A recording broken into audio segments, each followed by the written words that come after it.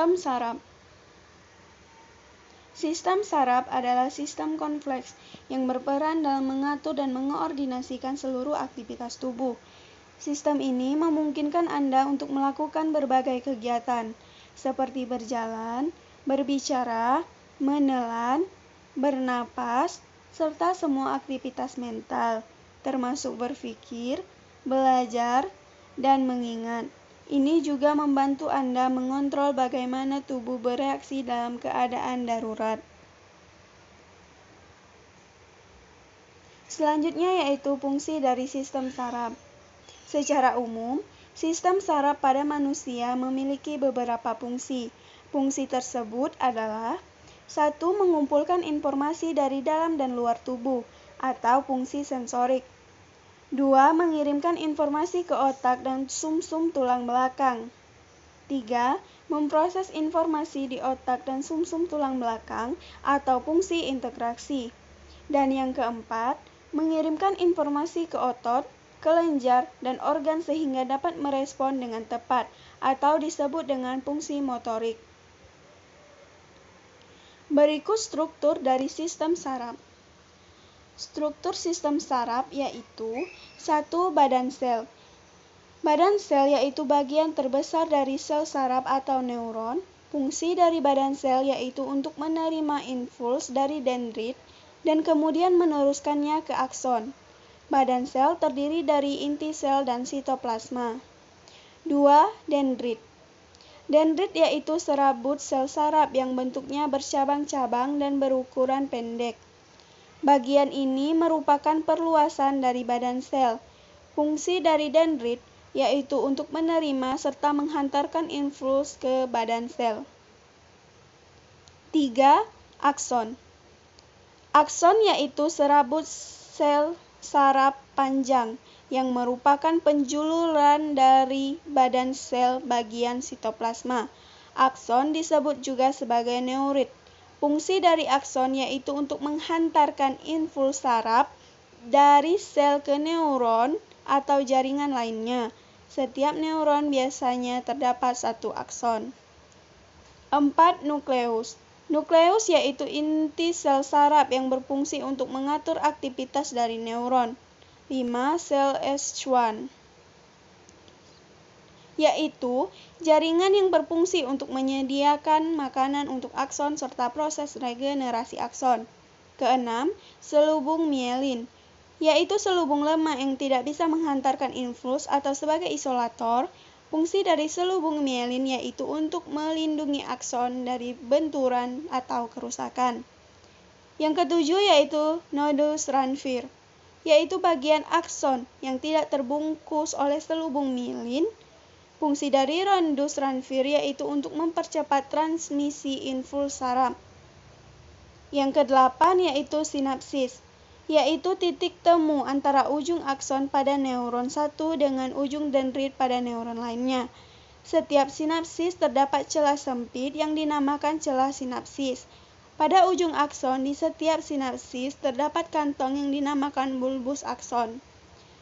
Kantong tersebut mengandung zat kimia yang dinamakan neurotransmitter berupa kolinesterase dan asetilkolin yang berfungsi untuk menyampaikan impuls saraf pada sinapsis.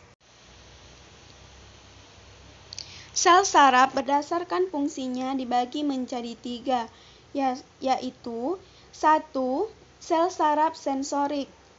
Sel saraf sensorik yaitu sel saraf yang berfungsi untuk membawa impuls atau rangsangan dari reseptor atau panca indera menuju ke sistem saraf pusat atau otak dan sumsum tulang belakang. 2. Sel saraf motorik. Sel saraf motorik yaitu sel saraf yang berfungsi untuk membawa impuls atau rangsangan dari sistem saraf pusat, otak dan sumsum tulang belakang menuju ke efektor, yaitu otot dan kelenjar. 3. Sel saraf penghubung.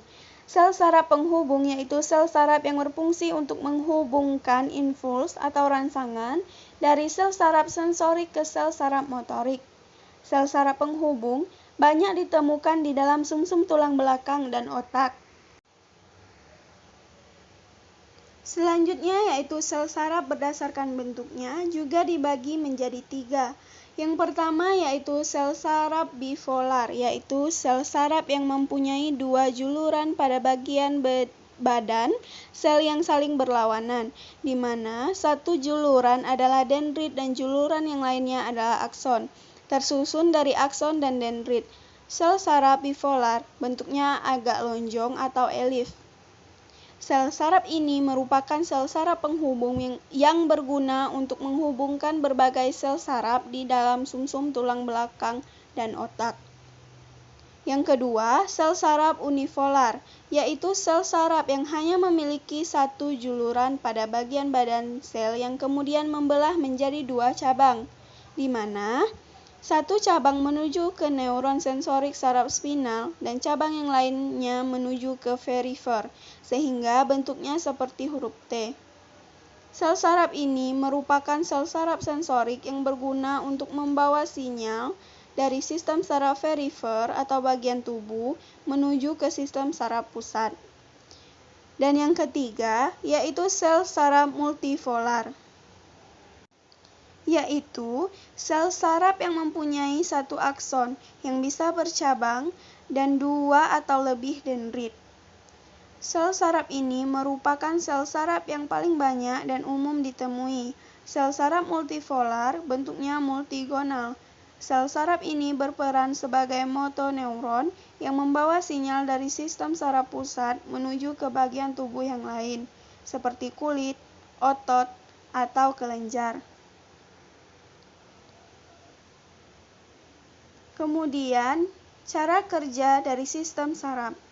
Sistem saraf bekerja melalui jaringan kompleks neuron yang merupakan fungsi dasar sel-sel dari sistem saraf. Neuron melakukan sinyal atau impuls antara 2 komponen dari sistem saraf, yaitu pusat dan sistem saraf perifer. Ada 3 jenis neuron, yaitu neuron sensorik, neuron motorik, dan interneuron.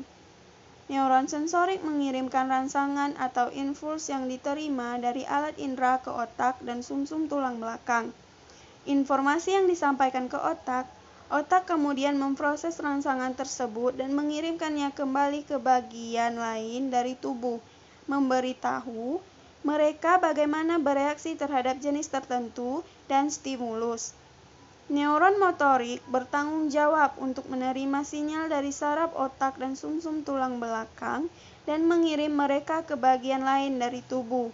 Di sisi lain, interneuron berkepentingan dengan membaca impuls yang diterima dari neuron sensorik dan memutuskan respon yang akan dihasilkan.